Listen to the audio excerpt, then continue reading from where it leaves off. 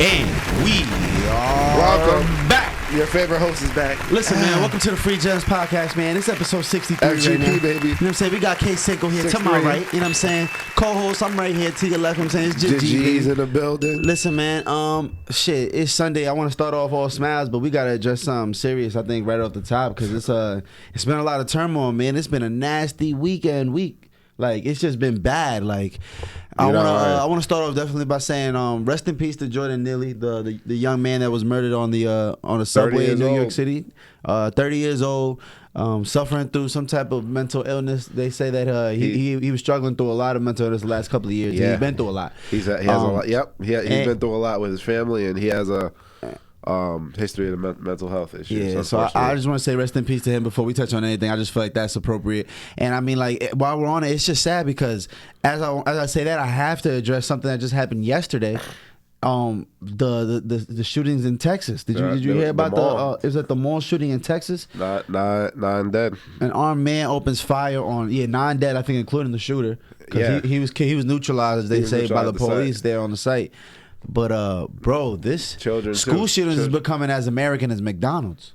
Like, it really is. It's school shootings and Sunday football. It's the same. It's like it's as American as a Dodge Ram. Mass shootings are ingrained in this culture. Bro, it is a part of this culture. It's crazy though because I don't see that nowhere else. No, it's strictly an American problem. Like, I know that happened in Australia. I remember that one dude in Australia. He went AWOL and killed like 30-something people. And that week, them niggas took all the guns. Yep. Like they took action immediately. They took action immediately, and like, I don't know, man. It's just fucking wild. Like, bro, the idea of like, let's go out and kill innocent people. I don't know what you're mad about in life, but I promise you that's not the answer. Like, I promise you that's not gonna help you in any way. And it's just, I don't know, man. I don't know what gets into the psyche that makes that a thing. And my thing is you have to, as you pointed out, that's a great example, Australia.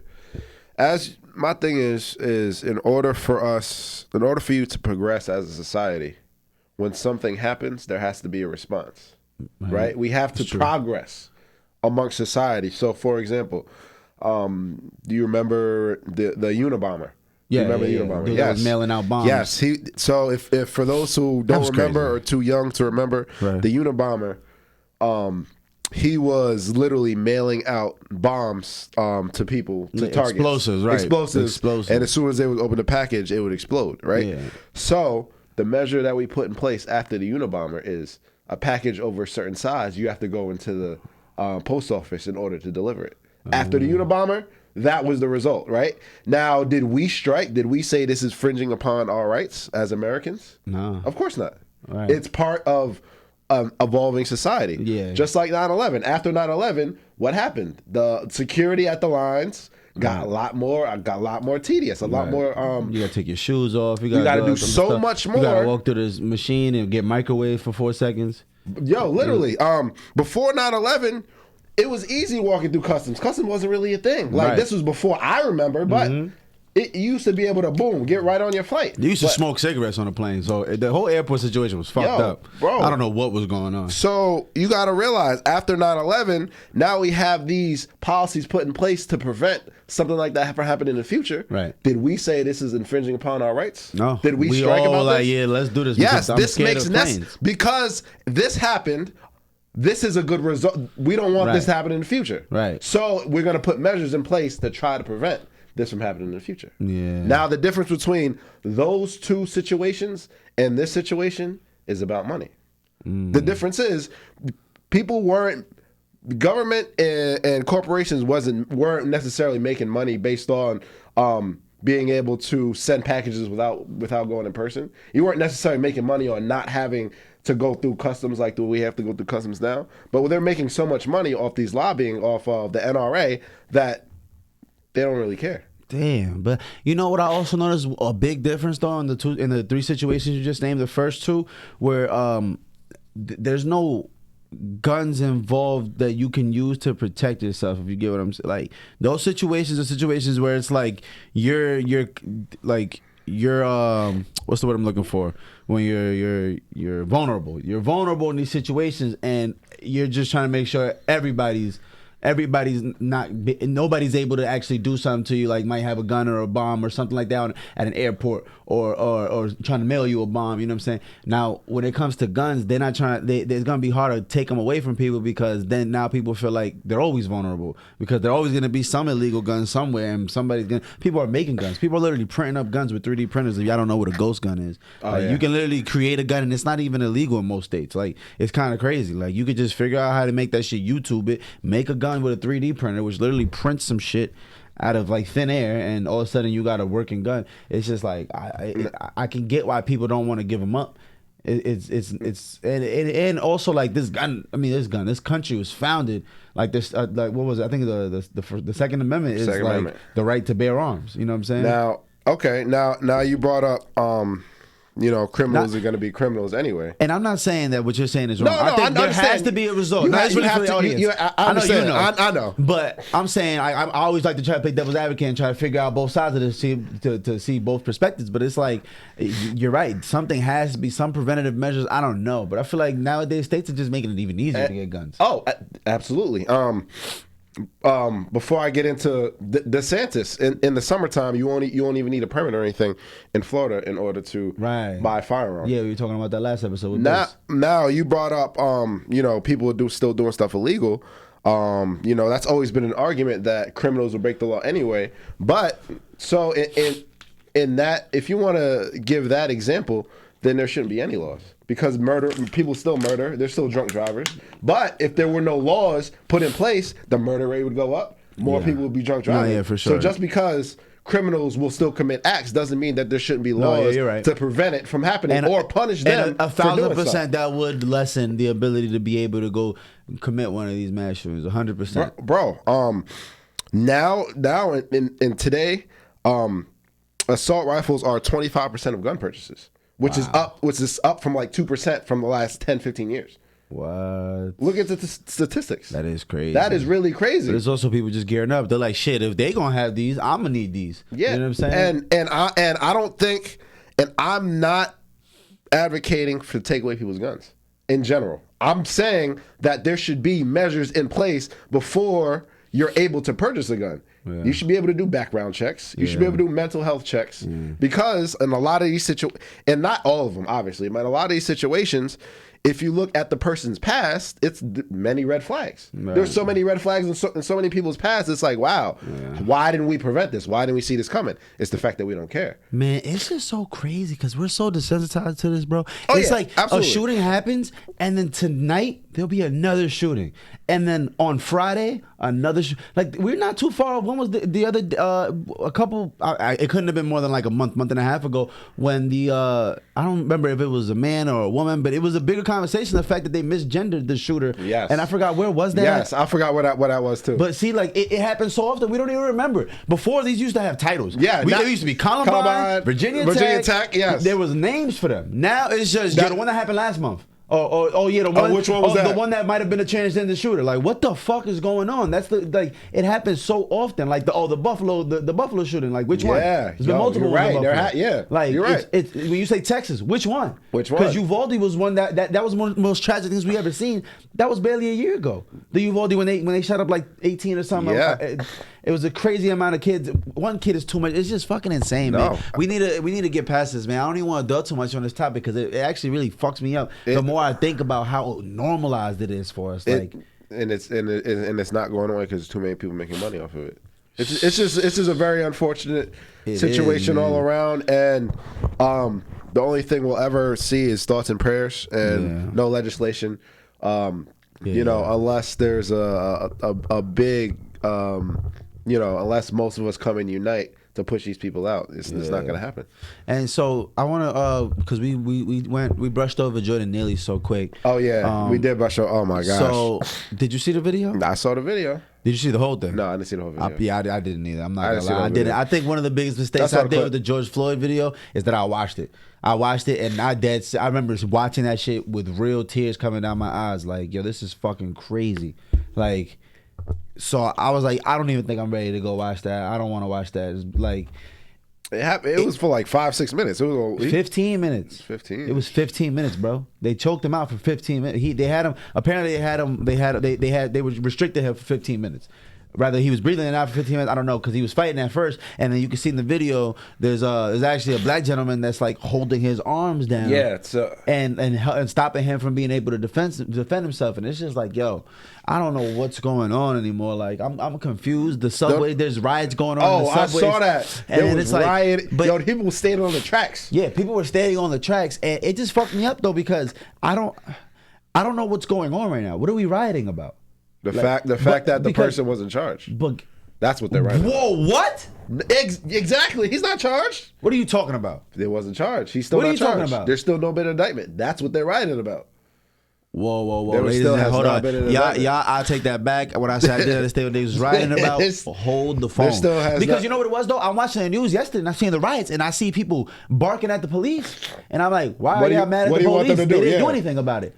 And that's exactly what it was. They didn't do anything about it. Exactly. I'm about to say they didn't do it. They have nothing to do with it. They have nothing to do with it, but they didn't do anything about it. But they didn't do anything about it. No. Oh, my God. Wait, but how is that even possible? New York doesn't have self-defense laws. New York doesn't have, like, he has to get at least hit with manslaughter for accidentally killing a man. As of now, there has been no indictment. As of right now, there has been no indictment. How is that possible? What are you talking about? Because if I did that to a dog, I'd be doing 5 to 10. They were saying that he was acting erratic, and there was no possible way that the person who choked him out know he was going to die. That's what his attorney's saying, obviously. But look on the background of the guy. He's a Marine so he knows what the fuck he's doing. That's what I'm saying. Marine Armed Forces type of that. It's so easy to judge this shit from the outside looking in. But it's a real. So that's why people were standing on the tracks. Okay, no. First of all, they was getting still no indictment has been made so far. That's fucking insane, bro. What? I wonder what erratic means. What was he doing? Was he yielding a knife? Like, what was he doing? No, I don't remember. I don't remember exactly what was happening. He was screaming or whatever the case may be, but I don't know exactly what was going on, but he was. Wow. Well, listen, man. Rest in peace to Jordan Neely. Yeah, man. It's a very, very, very sad situation, man, for everybody involved. Yeah, let's switch the flow, because there's been some positive news. There's been a lot of other good stuff going on. Like it's been a lot. Like, so on a complete other note, you know what I'm saying? Did you seen Bronny James? Oh yeah, Ohio State. No, USC. USC. I was about to say Ohio State. Fuck Ohio State. USC. But it makes sense though. Of course, it makes sense. Listen, he's already like the second highest paid NIL deal. No, I think he's number one. He's already the highest paid NIL. NIL deal, for people who don't know, is that's like when you're not a professional athlete yet, but you've been contracted for your name, image, and likeness, which is what NIL stands for. And so his NIL deal is already through the roof, and like. You got USC, which is in the middle, is University of Southern California, for those who don't know. It's in the middle of the hood, first and foremost. Like, USC is in the middle of Compton. Like, literally, where they shot Boys in the Hood at is exactly where USC is at. Like, where they shot Ricky at in Boys in the Hood, literally is on USC, like, territory, like, where the campus is at, like, where there's houses and dorms and stuff. And, so Bronny's going to USC. So, that's just going to be star-flooded. I know. He's going to have crazy. Snoop on the sideline, LeBron James, that's gonna be crazy. Chris Paul, all the homies going to be there. Like, his shit is going to be lit. And like it makes sense because he's already living in LA. Right. His pops play in LA, so it's easy for it got just a makes fucking sense. $100 and some million mansion he lives in. Why the fuck I want to go dorm anywhere? Like, why would I want to get an apartment anywhere? Why would I go do any of that? I'm here. I'm at the crib. I'm chilling, and I'm Bronny. It made sense for that move. So and USC, like, if people don't know, USC got some of the deepest pockets in America. Like, if y'all don't know about the USC with their scandals and the type of shit they've been on, like, I forgot what actress it was. It was like 2 Hollywood people that actually got in some trouble because they were paying. It was a mom on some old show. I can't remember some old show. But regardless, they got in trouble because they paid the school like $100K to make one of the children was like on the row team. She made her a varsity rower. Mind you, it's like, you paid $100 to have your child row a boat is crazy. Not even that. Like, but that's money sport. That's money sport. Yeah, row and shit like that. That's a different sports. Yeah, you're right. But it's just crazy to think like people go that hard just to get their child in there, just because you want them to be in that mix. You want them to socialize with the people that are going to be there, because these schools got the best, not only just the best athletes from around the country and around the world, but then they have a lot of the celebrity kids go there. Think about it. It's in the middle of LA. and it's one of the biggest schools in the country. Period. And it's also academically, it's like through the roof. It's like, it's a really good school. It's a really prestigious school, not just sports wise. Exactly. It's a private school. Yeah, like so many big names. You got Reggie Bush from USC. OJ Simpson went to USC. People, I mean, I don't know if you want to take that as a something to take pride in, but Juice won a Heisman there. You got Marcus Allen won a Heisman there, if I'm not mistaken. Yeah, he did. Fucking Troy Polamalu went there. Like, it's so many big names that went there. Like, USC is one of them ones. So, Bronny, he and they got Caleb Williams right now. He might be the number 1 pick next year. Oh yeah, they do. The quarterback, yeah, you're right. The quarterback, that's tough. Yeah, USC got it. And they used to have Greg Oden. He was like the number 1 pick of the draft. If I'm not mistaken, he was picked over Kevin Durant. Like, let that man. Nah, Greg Oden went to Ohio State. Then who am I thinking about? There was somebody on. Greg Oden went to Ohio State. 100%. Oh, I forget his name. He had a cool ass name though. He's from USC. For basketball? Yes, he was the number 1 player in the nation. He was the number 1 pick. Fuck. He's probably like 2000. It was the guy who got picked before Kevin Durant. I'm pretty sure. Greg Oden. It was Greg Oden. Ohio State. OJ Mayo. OJ Mayo. I knew I was a bucket. OJ Mayo. USC. He was there with Lil Romeo.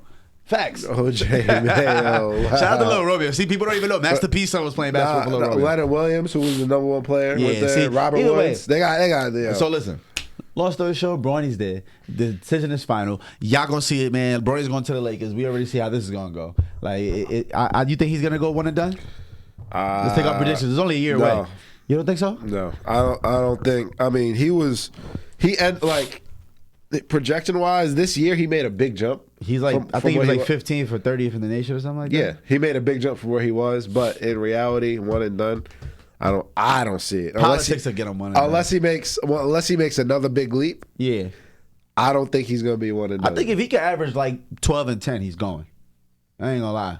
He's a true point guard. Like, he's a decision maker. He's a floor general. Like, that's what he does. So it's not like he has to go score 20 a game to go get in the league. Like, if he can go get 10, 12, he'll be all right. Like, people forget, like, what's his name? Devin Booker. He was the 6th man at Kentucky, yeah, and was still a lottery pick. Like, that's how nice Kentucky is. Yeah, but that's a different. Dude that don't even start is the number 1 pick. Is a lottery pick, not number 1, but he's a lottery pick that goes to the league in his second year, drops 70. Like, if I'm not mistaken, I think it was actually 72. No, I think it was 70. It was 70. And, I'm thinking about Donovan Mitchell dropped 71 earlier this year. But yeah, like, so. But you know, yeah, Kentucky yards is different. Like, in general, NBA is different. But I don't see him going 1 and done. I think I don't see him doing more than 2 years, but I also know that all that really matters is as long as he gets to play with LeBron in the league. And I don't see LeBron needing. I can see LeBron playing another 3-4 years. Easily. Bro, the thing about LeBron is you got to. The question that you have to actually tell yourself is, when was his prime? When was his prime? It's been his prime this whole time. That's what I'm saying. It's been his prime this whole time. That's what I'm saying. It's not like he's on year 20 on his last leg. Feel me? Like, stumbling out. Like, he's still averaging 25 a game, 8 assists, 8 rebounds. Like, it's like 3 blocks this playoffs. Yeah, like, he's been going crazy. And he's still having his way when he wants to. That's what I'm saying. It's fucking insane. But that, like, when was his prime? So you're saying 3-4 years? Absolutely. It's not like he's on his last leg. Yeah. Like, you feel me? So I think as LeBron can average over 18, he's gonna keep playing, even if he has to play with his son and get his little 18 off. But while we're talking about LA, you were mentioning to me about the writer's strike in Hollywood. Oh my gosh, yo, it's been crazy, and I saw that the premiere of Stranger Things is being delayed because the writer's strike. Yo, I'm actually, I didn't know that, but have you seen Stranger Things? I've never watched it. I ain't gonna lie. That shit's crazy. The season finale of the last season was crazy. It was like 2 hours long, but that's one of the best season finales I've seen in a while. But see, like, I feel like shows in general just be too good. That's what I'm saying. Nah, it's too good. I get addicted. I'm good. I don't want nothing that's too good to get away from. It's too good. But talking about the writer's strike. So I ain't gonna lie, y'all need to give the writers their money, bro. Y'all need to give the writers their money because the way they disrespected this writer strike. Yeah, help me out because I don't know what's going on. Right now, I don't have any idea. Right now, they're only asking for 2% to split amongst all the writers. 2% of what? Royalties? In general, 2% of everything. Yes. I don't know. I don't even know. I don't know what 2% of everything looks like. What's 2% of the whole, like, whatever Stranger Things has? Regardless, y'all wouldn't be nothing without the writers. Nah, yeah, and they only asking for 2% of everything to split amongst all of them. Yeah. They're not even asking for a lot. Less than 2% is what they're asking for. But you don't know what a lot is. It doesn't matter. What you mean? Well, they're asking for more. They deserve more. I get why you would say that because I'm a proponent of everybody getting paid. No. It doesn't matter because they're the backbone of everything. Right. You like, you know what I mean? It's not like they play a pivotal and significant role in what we've been watching for the past 20 years or so. Nah, like, that is tough, though. I saw on Twitter, it was one of the writers. He did like Jane the Virgin, other like comedy stuff, Future, and the residual check. They sent him a residual check for like 5 cents for his royalty, and he posted it on Twitter. And he was going in on it. Oh man, that's why I'm like, they're asking for 2% amongst all of them. See, without the writers, they wouldn't be.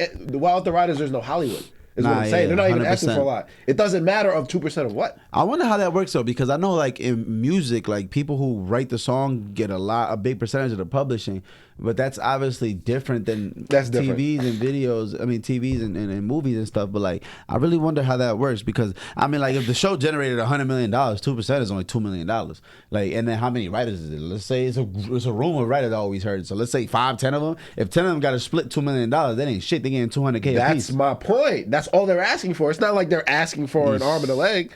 They're asking for. But if it's 2%. Also if it's 2% forever in perpetuity and shit like that, because they start using shit like perpetuity when they get to them contracts. Now they talking. If this show make $1 billion, you know what I'm saying, in the next 10, 20 years, they up some shit. They should be. They busting down 200 M's. They should be up. Shouldn't we? They should be up. That's tough. And if you remember, this is not the these first time. franchises are doing billions, by the way. This is not the Fast and Furious. This is not the first time that the writers have been on strike in recent times.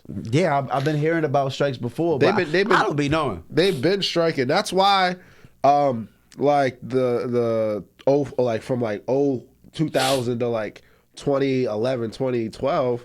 That's why there were so many sequels for movies, because of the writer's strike. The writers were striking, and they were like, okay, so let's make another one of these movies. We already have the characters. We already have the characters. That's why it was Scary Movie 2, Scary Movie 3. Keep naming sequels. Yeah, no, you're right. Bad Boys 1, Bad Boys 2. Bad Boys, because they already have it in the works, so let's just make a sequel. Yeah, we don't need a whole new team of writers. We could just use a couple niggas that's willing to work for this low budget, and we gonna make that happen. That was the boom of the sequel era because of the writer strike. It's a dirty fucking game. That's what I can tell people.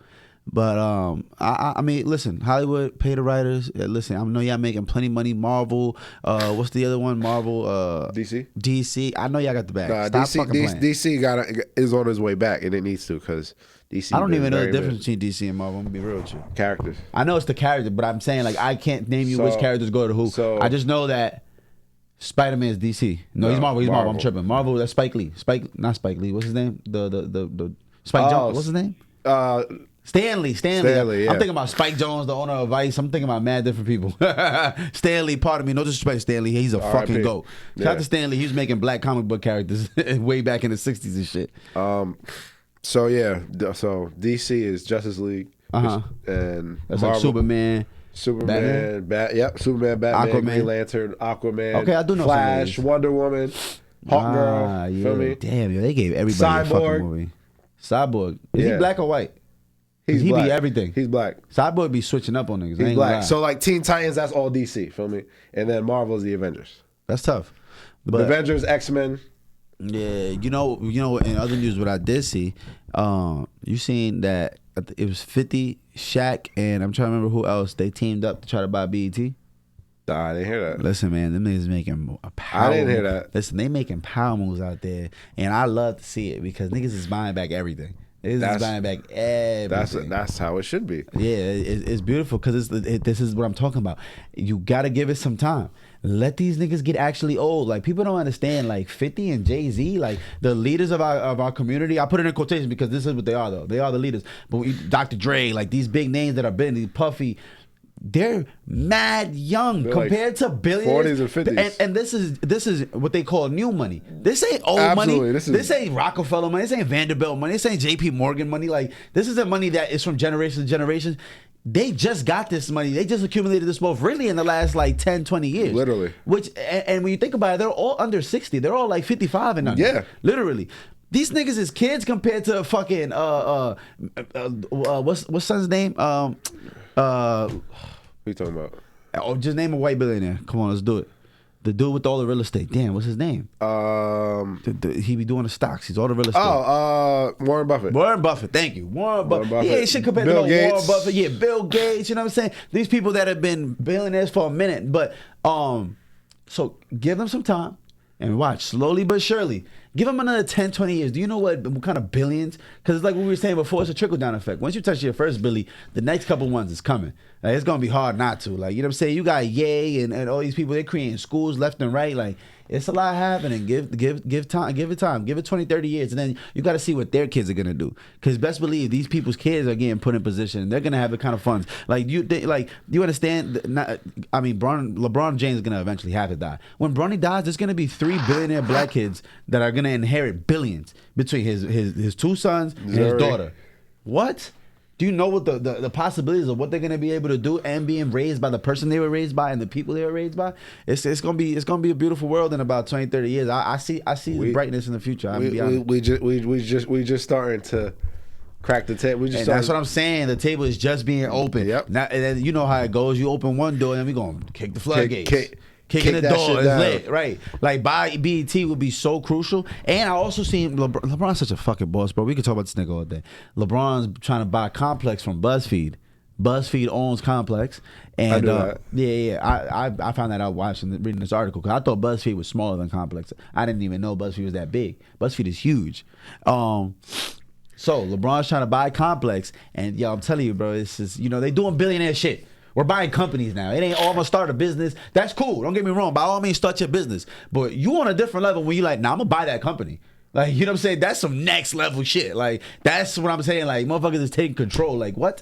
To be able to own the whole complex and make shit organic and make it, because when LeBron does something, like when he does movies like House Party 3, you just know he's in tune just by the people he gets, by the music that is being played, by the people that he makes sure gets shine. You know what I'm saying? It's like, it's only up but here, man. There's a lot of times of people who always make sure their people can get in position. Like, as much as people want to hate Kanye, Virgil became a multi-millionaire. His family's set for life, even though RIP to Virgil. He's done Don C, the designer that designed all them sneakers, Ricardo Tisa. I don't know if you know Ricardo Tisa, Jared Lorenzen, bro, all these black designers that people don't even know are responsible for all these giant clothing lines, and people like Kanye made sure they were in position. They were like, yo, come on, you're going to do this, you're going to do that, and we're going to create generational wealth for everybody. You know what I'm saying? Now you see everywhere, and it's beautiful to see, man, because LeBron one of them ones that's going to kick in the door and put everybody in position.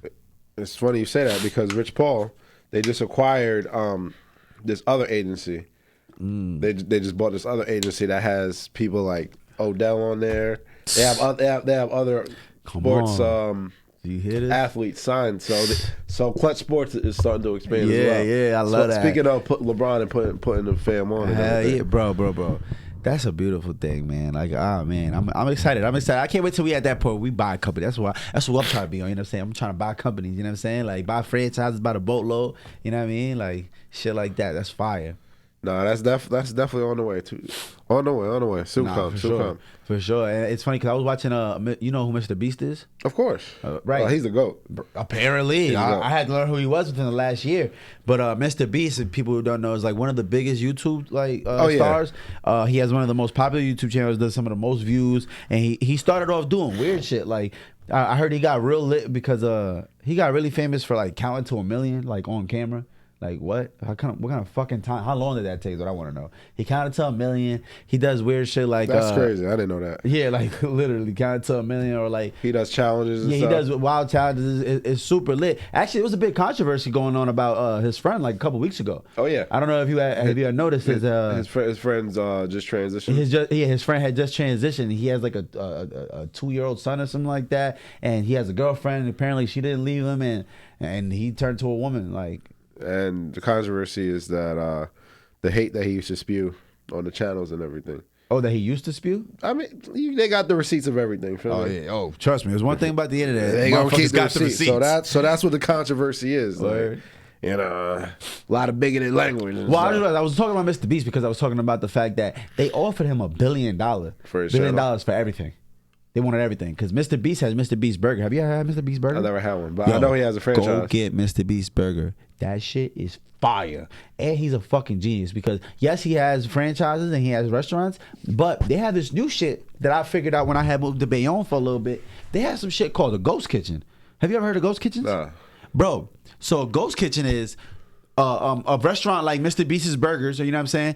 They'll holler at this pizza store and give them all the ingredients, give them whatever equipment they need to make their food, and listen, y'all make these orders strictly for delivery and pickup.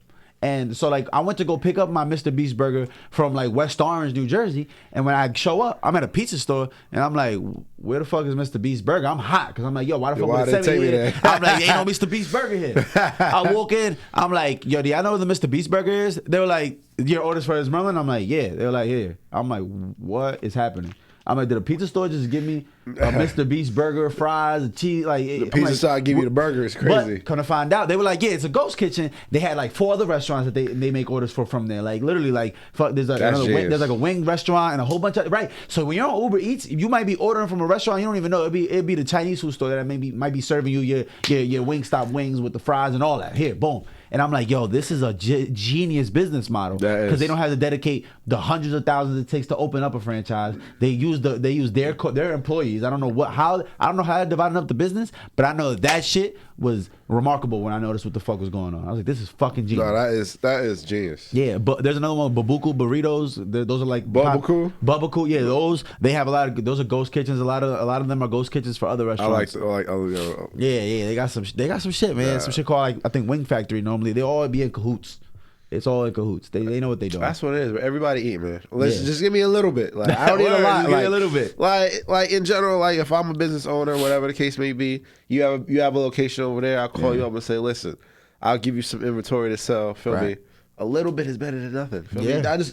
As long as we all eating, all eating. And that's what I'm saying. Like that shit was so genius to me. I'm like, whoa, how did they figure this out? Like Uber Eats changed the game because there was a lot of restaurants that didn't have delivery, and or a lot of restaurants that had a delivery person, and that would cost them too much. This isn't costing the restaurant shit. Bro. And like people don't know, like when you order on Uber Eats, I know you guys have noticed like your food be a little bit more expensive. Like you're like, this is a little more expensive than what I normally get through the drive-thru. If I order this meal in the drive-thru, it's normally like $11, $12. I order on Uber Eats, it's like $16. I'm talking about before the delivery fee, because obviously the delivery fee is gonna add on to it. But Uber Eats actually adds 30% to the whole menu, so that 30% goes to Uber Eats. It's fucking genius. They know what they're doing. So they're eating off that. That's how they could do the free delivery and here's these promotions for all this and that, because they already made $4 or $5 on the back end of taking 30% of what you ordered. So, and I knew that because my boy owns shout out to 7th Street Burger. Shout out to my boy Kevin. My boy Kevin, he got this restaurant out in the city, 7th Street Burger, and it's been doing excellent. It's been going viral. You've been telling me. Yeah. He used to have this restaurant called Diesel and Duke's Burger in Jersey. He had like 6 of them, and then he sold those during the pandemic. Went and opened up 7th Street Burger, and he said business was booming. Literally, like in the first month, he did with those burgers. I mean, the first day he would do with those burgers. All 6 of those chains were doing in the first week. He'd do it in one day. So, he's up. Yeah, New York is there. Oh yeah, now I think they just opened like 5 new locations. Like literally, he told me he wanted to stick with one. He's like, I don't think I'm a franchise. And then his shit got too viral. Literally, he had all types of celebrities, The Weeknd and shit stopping by. Like he had all types of people stopping by and shit. It was over after that. He was like, yeah, I got to. So he opened up like 5 new spots. So if you're in New York City, look up 7th Street Burger. Go get you a burger. You will not be disappointed. But damn. I say all that to say, reverting back to Mr. Beast Burger for the $1 billion. Are you selling everything for $1 billion? Depends. Everything for $1 billion. Depends. Because he said they wanted the restaurants and all that. He said the restaurants and his YouTube channel. It depends. I'm gonna say most likely no, because if they offering $1 billion, this shit worth $100. That's what I'm saying. That's what I'm saying. Like depending on the type of revenue that these are making, probably not. Probably not. I don't know, bro. The word of Billy got me. Or I'm thinking about living off interest. I'm trying to live off interest. I could release all the accountability of owning all these businesses and having to give a fuck and do shit for $1 billion, bruh. What's $1 billion? What's 5% of $1 billion for the rest of your life? Like, are you shitting me? That's got to be like 50 million. Yeah, 50 million. Like what? I can make 50 million a year just by putting this money into some accounts. Are you kidding me? I'm not doing shit. 50 million is $1 million a week. Come on. Do you understand? Listen, I told you, bro, don't give me $1 billion. I'm going to be smoked out under a bridge in Patterson. I'm telling you, bro, because I'm going to fuck it up. I'm going to fuck it up. Under the bridge that you own. Yo, I'm telling you, right? That you own, right. I'm going to own that bridge, nigga, but I'm going to be homeless. I'm going to just be doing AWOL shit. Like, this nigga bought this bridge, named it after himself and all that. But it also depends on what he wants to do, you know? It was crazy as, bro, he's young. Yeah, I know. He's only like 30s. No, he's like 26. Is he really? Exactly. Let me make sure. I want to make sure I Google check because I don't like. You don't like saying stuff without. Yeah. I gotta. You don't like capping. You always capping. Yeah. Yo, you love telling me that. He's 25. Drop the mic. He's 25 with $1 billion fucking offer. This he's the fucking man. 25 is crazy. That just motivated me. I'm fucking up.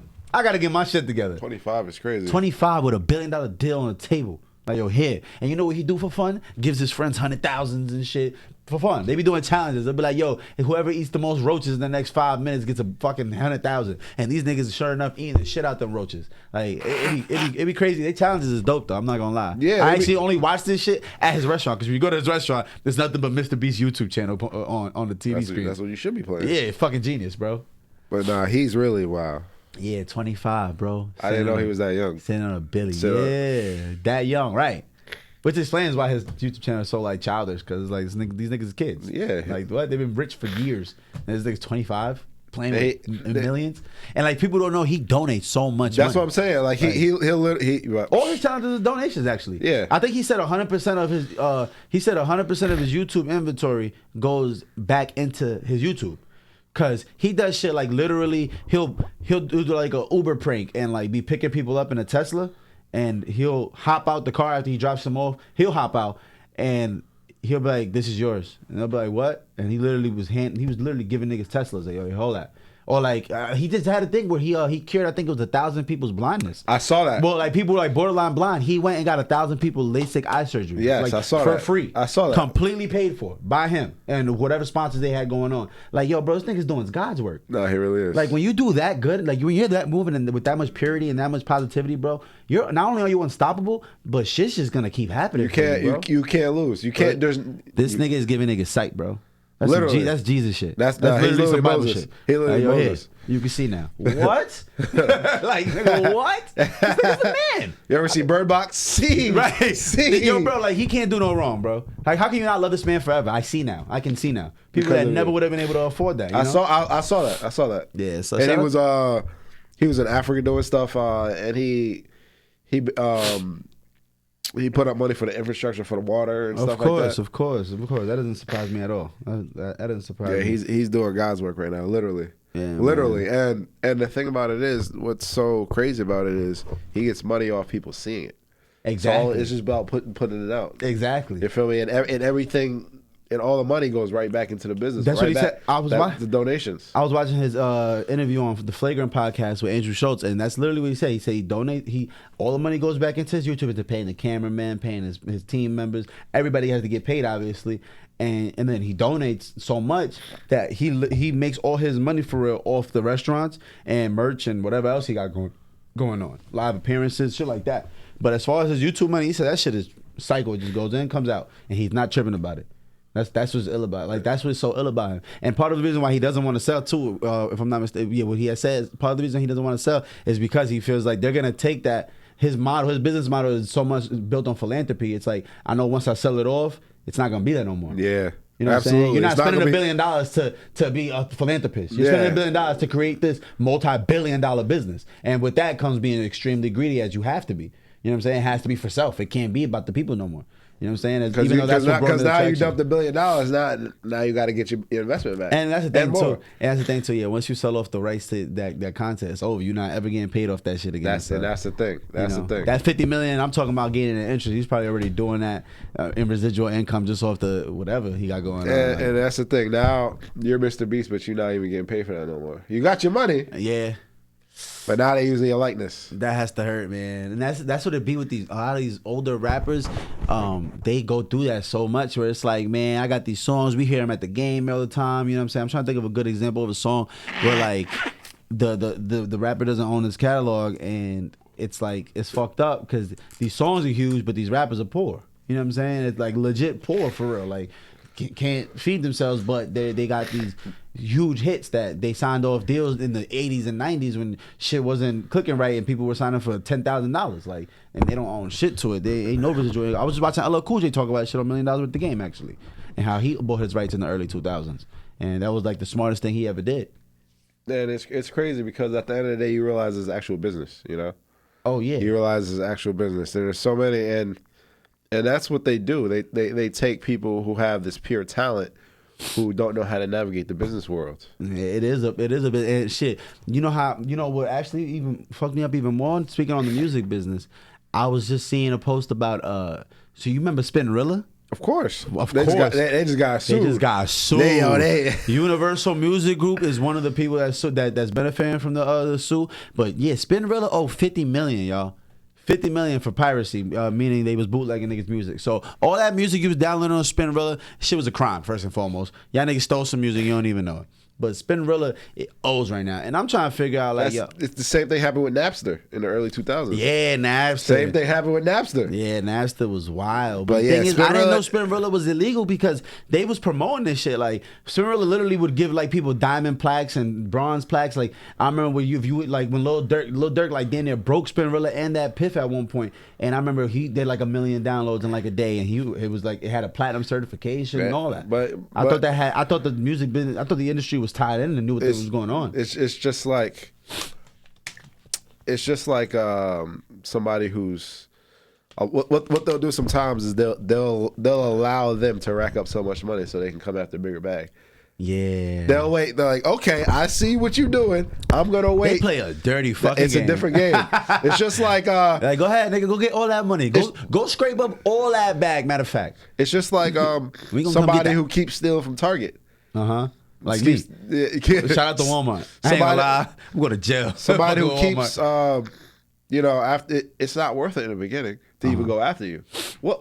This person has this habit. So we're going to sit back and wait till they rack up a certain amount of debt. Yep. Since they rack up a certain amount of... Just like they do the motherfuckers selling drugs and doing all that crime. Oh, yeah, same thing. They're like, oh, yeah, you go ahead. You go get your little 5-10 years in. Don't you worry, gang. You're going to do about 40 piece. Yep, because if I get you now, it's not going to be worth it. You're going to do you about a 40 piece. And matter of fact, just like I feel like that's the same thing that happened with Nike went after Bape. Oh yeah. I think that was the same type of thing. Is they see them making money. Okay, we'll sit back and wait. Yeah. We'll let you get your bag. Now I can get a bigger bag. That's exactly what they did. It's the same thing. It was like, you go ahead and get your money. Go do all that HBCU collabs. Go do all that cool fly shit. And then they went and took all them ideas and said, we suing this nigga. And he's been fighting them ever since. He's been in that battle for some time. And it sucks to see. I mean, but I understand where Nike's coming from because it is a pretty exact replica. We spoke about this before. Yeah, we spoke about this. But yeah, it is an exact replica with just one difference. But like, regardless, man, I just want to see a young black man thrive. So shout out to Cool Kyle. We gonna say we gonna keep supporting, keep moving. But I think shout out to Nike too though. I ain't mad at Nike. I think it was one of those where they just allowed it to Yeah, they let him get his back. It's they were like, yeah. God, they seen the Lamborghini. It's just like they seen his Instagram. Trust to believe. It's just like the DEA. It's like, God. Everyone's like, can we get him now, boss? Can we get him now? Let's wait. Can we get him now? Now wait. Let's wait. Guys, today's the day. Today, let's go get our guy. Let's get him. Oh my God, yo, bro. And you know, while we're speaking about motherfuckers, all these legal troubles, actually, did you see the news about Rallo? No. You didn't hear about Rallo? No. So listen, so there's a Rallo and there's a Rallo. Rallo is the rapper for PF. Shout out to Rallo, amazing rapper from Alabama. That's Rallo. I'm talking about. No, that's Rallo. I'm talking about Rallo though. No. The one who you just named, you said his name was Rallo, but no, his name is Rallo. I know. Okay. Keep going. But anyway, I just want to continue. So yeah, it's Rallo Rodriguez. Not who I'm talking about. I'm talking about Rallo Famgoon. Yeah. If y'all don't know Rallo, oh my God, ox shit, pop shit. This nigga's a nut. So listen, Rallo, he's from an area called The Bluff in Atlanta. If you haven't heard about The Bluff, Snow on the Bluff. If you ever watched the movie Snow on the Bluff, yes. Legendary fucking movie. Legendary. You can tell me 100 times that shit was scripted and it was just a movie, and I'm still gonna tell niggas that shit was real. Snow on the Bluff uncut film. When I thought that movie wasn't real, I was so mad. Yo, shout out to Snow on the Bluff. If you ain't see Snow on the Bluff, you gotta see Snow on the Bluff. Yeah, go on Netflix right now. It's the fire shit ever. It feels like it was shot on an iPhone. It does. Anyway, so Rallo's from Snow on the Bluff. Rallo is also he super big time drug dealer. If y'all remember, Future said, "I keep that dog food like I'm Rallo," and Blood on the Money. Yeah, blood. Super. Listen, Rallo is the king of self-snitching, if y'all don't know. Rallo was telling on himself since 2015. Since the nigga came in the rap game, all he ever did was telling himself. Like, literally. Bro, he was telling himself nonstop. Like, he was literally going, he did Vlad interviews talking about how many people he shot and how, me and Young Thug used to shoot at each other, and then we became best friends because we realized we was both really gangster, and we appreciated how we stood on the shit we was standing on, and we used to shoot at each other. I swear. Nigga was talking about, I made 12 million on the streets, I still got 3 million. The other I had to tuck away and I had to spend it on legal fee. I'm like, what are you? There's a statute of limitations, my nigga. This wasn't that long ago. You feel me? These interviews are from like 2016. He got locked up in 2016. Like, he's been locked up for like 5 years now. So, Rallo, the allegations that came out that said that he was telling. And it was a really big stir up in Atlanta for sure, because he's one of the most like stern ones that people, when you talk about real niggas and people that stand on business, which I hate that term, but people that are about that life, like Rallo's number one. You know what I'm saying? So when the snitching allegations came out, it was a big thing. You know what I'm saying? They were saying that he was trying to tell, and then it came out that apparently he wasn't trying to tell. What he was trying to do is he was trying to pay somebody to take the rap for him and pay them to allow him to tell on them, type shit. So I don't know what part of the game. This is some rich nigga shit. I ain't gonna lie. I'm about to say, that's you get money. This is some new shit. So apparently, I mean, I was watching the 1090 Jake video. I always mention 1090 Jake. I don't know if you ever got to tap into him, but he's like the paperwork king. Like, when it comes to niggas snitching, if you got any allegations on you, 1090 Jake is gonna find that out for you. You feel me? He goes to the court documents, all that. He's some super gangster white boy from Florida. Anyway, so it comes to find out, apparently Rallo was trying to pay a dude $400,000 to take the charge and be allowed to tell on him, type shit. But that's some Diddy shit. But it was so even iller. Some real power shit, like some straight out of Stars Diddy power shit.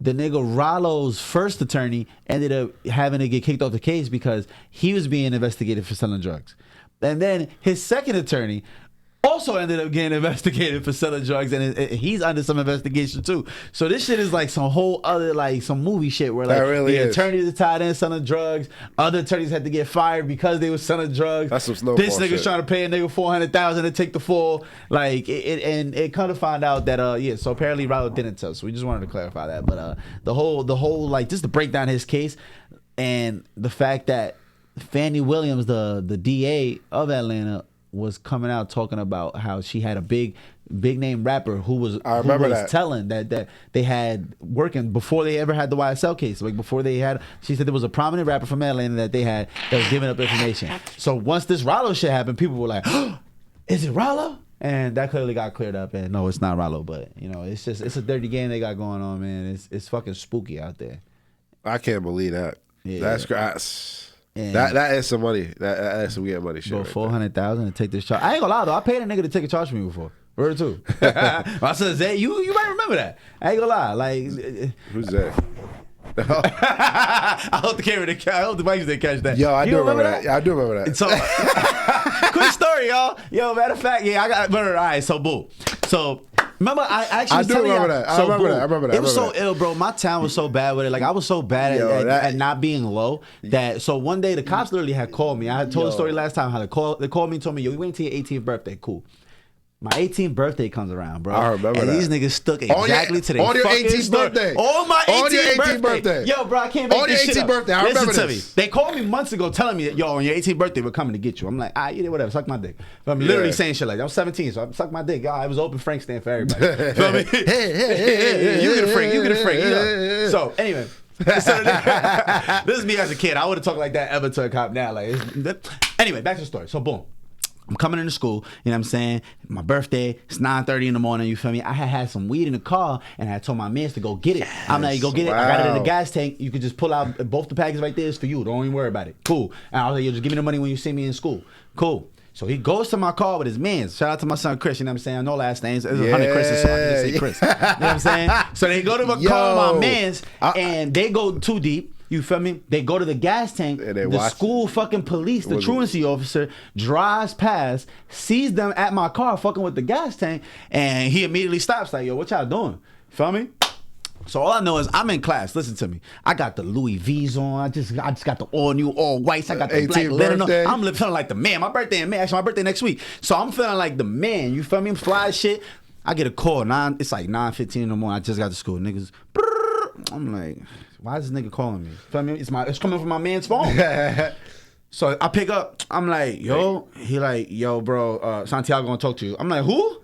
The school officer want to talk to you. I'm like, what are you talking about? I just said you took my car officer weed. What do you mean the cop want to talk to me? I was like, all right, cool. He like, yo, Ez, you might want to come outside because I caught your boys here trying to get some weed out your car, and I know this is your car, so you either want to come outside and figure this out with us, or we're coming in there to come get you. I'm like, what? They're like, yeah, you might want to come outside because we're going to tow your car for sure.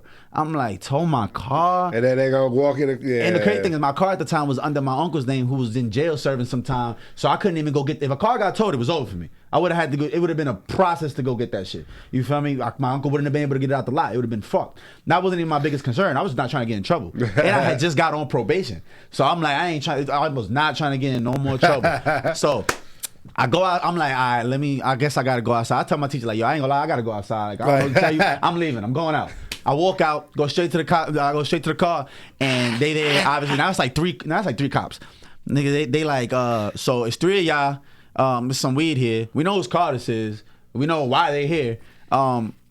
If y'all want, y'all figure this out, y'all discuss it, because somebody's going to jail. He said, it could either all three of y'all, or it could be one of y'all.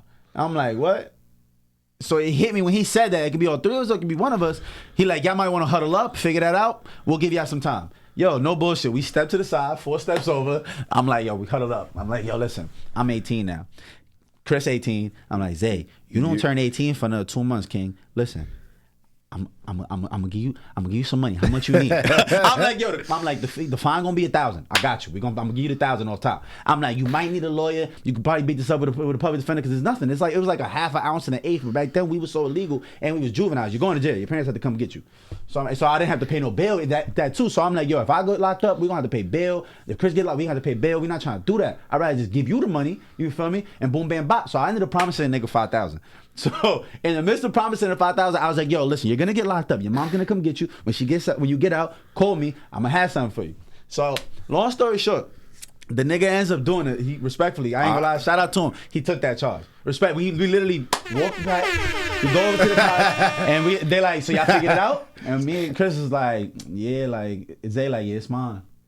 I'm like, damn. That shit hit hard. I ain't gonna lie. That was a moment. I'm like, yo, that was some real nigga shit. Like, my son really was like, it's mine. I'm like, bet. Yo, bro, my heart, I've never been so fucking happy. I was like, oh, it's over. We good. I was not trying to get locked up on my birthday. And I was, like I said, I was on probation. I would have been on probation hold. It would have been no bail. I would have been fucked. Yeah, you would have went to county, nigga. Yeah, it was over. And nigga, I just turned 18. I know, and these niggas was on me. They told me on my 18th birthday it was over for me. So long story short, I ended up linking them after. I ain't gonna lie. I gave my son a band on top, like, yo, here's 1,000 for your worries. And I gave him my HP of some straight boo-boo, though. I ain't gonna lie. It was like, if you was around, teenager, around 2011, 2012, and you smoked that Reggie for that summer, just know it was me. Yo, we hot. My son flooded the streets. I gave this nigga a free HP. Yo, bro, he flooded the streets with straight Reggie, giving niggas $20 Ace. This was when Ace was like 55, still 50, and this nigga was just flooding the streets. Here, boom, hey, you get an eighth, and it was just over after that. I remember that weekend. You remember that weekend, bro? That whole weekend was a movie, bro. That whole week was a movie. But that was one of those times I realized, like, yo, and shout out to my son, because listen, we stuck through. I ended up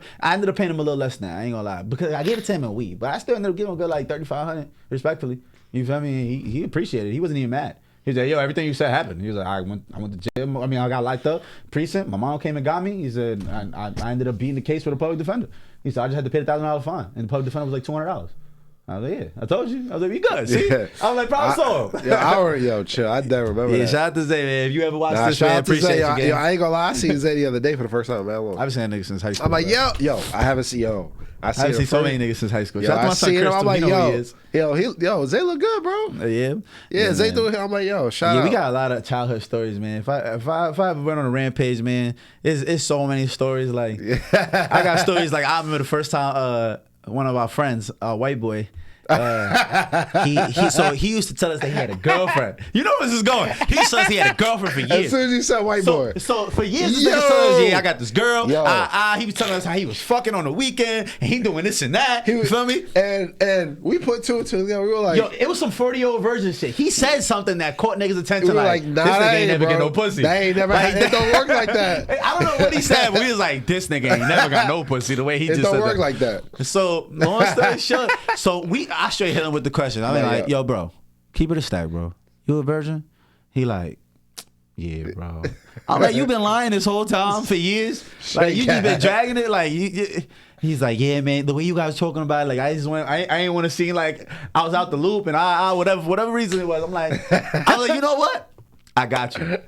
It just so happened that I happen to know a pimp from Camden that was out here. Shout out to my son. I ain't gonna put his name out there because he probably still in the streets doing his thing. But if you from Englewood, you probably know who the fuck I'm talking about. You're a light-skinned nigga. If you know, you know. You know what I'm saying?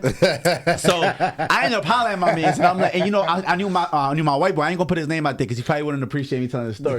But I ended up telling. I knew he liked black women, so I'm like, I got something for you, gang. Feel me? So I hollered at my son, you feel me? At the Camden nigga. So I'm like, yo, bro, how much is it gonna cost me to get like the thickest black joint you could get from my mans? He like, shit, 100? 150? I'm like, word? I'm like, honestly, I'm gonna take this nigga whole life back. So I ended up giving this nigga the 150.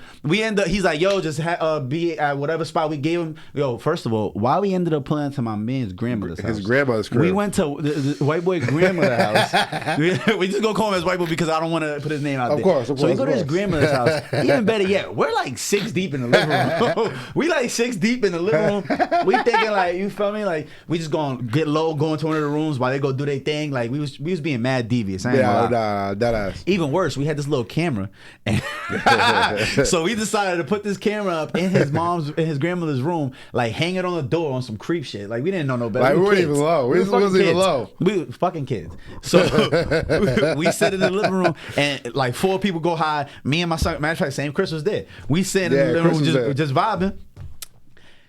My son come in. Shorty walks in, and first and foremost, she was not attractive whatsoever. Not attractive whatsoever. I ain't gonna lie. So my man proceeds to take her into his grandmother's room, and it's like a grandma's room. Like, I'm talking about, it's like a sewing kit with the board, and like I'm talking about foot pedal sewing. Like, it looks like a grandmother's carpet, house. Like, yeah, like you can tell. Yeah, it's a grandmother's house. The grandmother's room. He's in there fucking a prostitute in his grandmother's bed. And respectfully, we sit there and fucking record it because we're fucking. Yo, bro, what were we thinking, bro? Bro, what were we thinking? But I'll tell you one thing, though. That was top one. He came out that room happier than a motherfucker. He came out that room, thanked me, gave me a big dab, high five. Yo, bro, good looking, da-da-da. You feel me? I turned my son into a man that day. You feel me? Yo. I had to. I think that was a good friend moment. I think that's what any good friend should have did. Hell, never forget that. You'll never forget that. You feel me? Talk about your first time. Oh, I got a story for you. Yeah, exactly. Like, yo, time I lost my virginity. Yep, I was 18 and I fucked the prostitute from Madison. I forgot what it was he said, but we I was don't like, either. We was like, nah. I was thinking. Wait. I was thinking like, nah. It don't work like that. And then I saw your face, and I was like, "Oh, all right, we on the same page." This nigga lying. This nigga lying. Yeah. Nah, man, but we like I said, we got so many childhood stories, man. Shout out to that. Yo, I'm telling you, that same pimp / that was my weed dealer. That nigga was a pimp. That nigga put me onto some shit. That nigga had, yo, bro. That was my man. That nigga put me onto some real hustles that I didn't even know was a thing. Like, he was the first to do a lot of shit that I didn't understand. I don't know. The last time I heard from him or seen him. Yeah. Oh no, that nigga disappeared. But that's how he moved, though. That's how he moved. He was just going with the wind. Going with the wind. But that's how it be, man. When you on some street shit, that's really how it be. Yeah, man. If you moving smart, that's how it be. Yeah, man. We can go on for days down memory lane. Yeah, man. we got Yeah, we just gonna have to save it for next episode, man. Oh, I definitely got a story, but for another time. Another time. Nah, I know we gotta wrap it up, but listen, next week we come back with more episodes. We got more guests coming up, man. We appreciate everybody for tuning in. Thank you guys so much. It's been the Free Gems podcast, man. Episode 63. K Senko. Appreciate you, my brother. Of course. GG's, my man. Listen, man. You already know. We're going to be here next week, man. We're going to be here every day. Every other day. And thank y'all. For everybody tuning in, sharing, liking, commenting. Go subscribe. Go do all that good shit, man. Appreciate y'all. Shout out to Bravey Studios. Shout out to Marv in the background. Baby. Yeah. And y'all have a blessed one, man. We out of here. We going. Okay,